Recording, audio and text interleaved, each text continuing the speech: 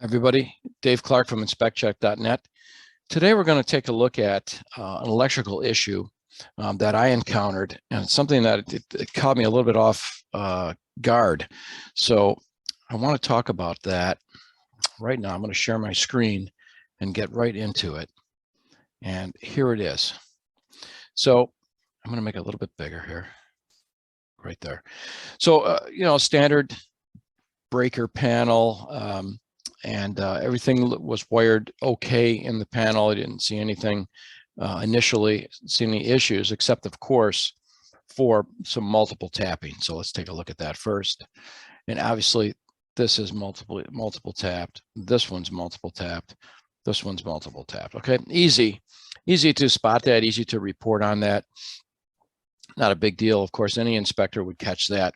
But what really caught my eye is the melting of the wires going on here. So if you look, you'll see that there's a little bit happening right here. I'll use red, a little bit right here, definitely right here, this wire's melting. And we can see that this is starting to melt. Picture's maybe not as clear as it could be, but this, both of these conductors are melted. So at first, I mean, it's again not hard to look at, but if we take a closer look, we see this is a 20 amp breaker. These are both 12 gauge, and we see another 20, and these are both 12 gauge. We see a 15, and these are both 14. So they're amped correctly, and we know what the amperage should be, right? On a 15, we normally have a 14 gauge wire. On a 20, we have a 12 gauge wire, a 30, a 10 gauge wire. As a matter of fact, here you go. There's a 10. Over there, right on this double pole 30. So they're amped correctly. So even with the multiple tapping, if they're the same size, what could be causing this? So I checked where the circuits were going. I checked some of the receptacles. They seemed fine. They were grounded. They showed good continuity. They were not reverse polarity.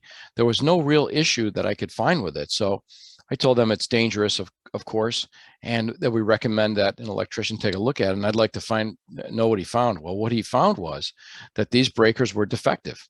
All three of them were defective. I talked to him later. He told me how he did that. He put a load on it, and they just failed to trip. The fact that they're multiple tap, which means they're running, two circuits instead of one, probably didn't help that. As a matter of fact, it probably made it worse. So just something to take a look at. When you see any type of melting like that, you automatically think that it's overfused or overamped. In this case, that's not what happened. It was that the breakers were defective. I just something I thought you'd be interested in seeing. So I want to show you. So how would we report on that? Very simple. They're all simple user inspect. We could go up to the electric section, and of course we put down the size, but really we're going to head right to the service panel. In this case, that service panel was in the basement. We'll mark it complete. There were circuit breakers. Mark that complete. No sub panel in this place. And we're not going to click connections appear satisfactory because they sure don't. And unfortunately, we're going to have to come down here. And we were working on this before. And going to be in our action column or necessary repair or further evaluation. We're going to go right over here to evidence of overheating. Okay, so overheating of any part of the electric service is a very serious condition. An electric fire could result from overheating. Recommend. And I'm going to put 3 circuits. You could put breakers or circuits. 3 breakers or 3 circuits. That's all. The electrician is going to find that. Again, we're not going to have our homeowner worry about that at all. Okay, so we don't want them to do that. So it's as simple as that. Evidence of overheating, and we're done in that case. Of course, we have to put down the branch circuit wiring conductor, but as far as that goes, as far as the panel, we could, if you want, say, satisfactory connection, most areas, see below, but I don't want to give them a false sense of security. So I'm probably not going to do that, just so I want to drive their attention to this, because that's very obviously a serious condition. So when we talk about that, the other thing I'm going to do is I'm going to give them an attachment. I'm going to add an attachment. I'm going to go to our library. In this case, I'm going to go down to electric, And I'm going to give them this one,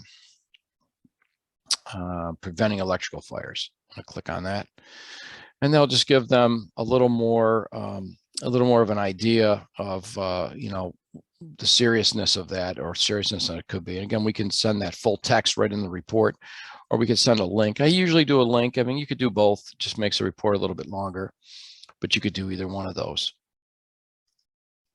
Okay, so we all know the sizes, the amperage, but when that checks out, now again, the multiple tapping was an issue there, but let's pretend that wasn't there, and it was still melted. So that's why I wanted to show you really that sometimes the melting like that arcing, we don't know what causes that. It could be anything. There could be other things, surges, or you just don't know.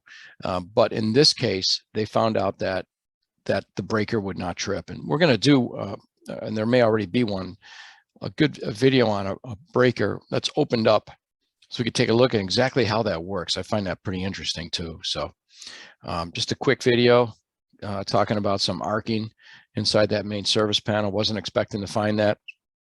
Hope you enjoyed it. Make sure you hit the subscribe button down below. You can also check homeinspectortrainingonline.com, and see you next time.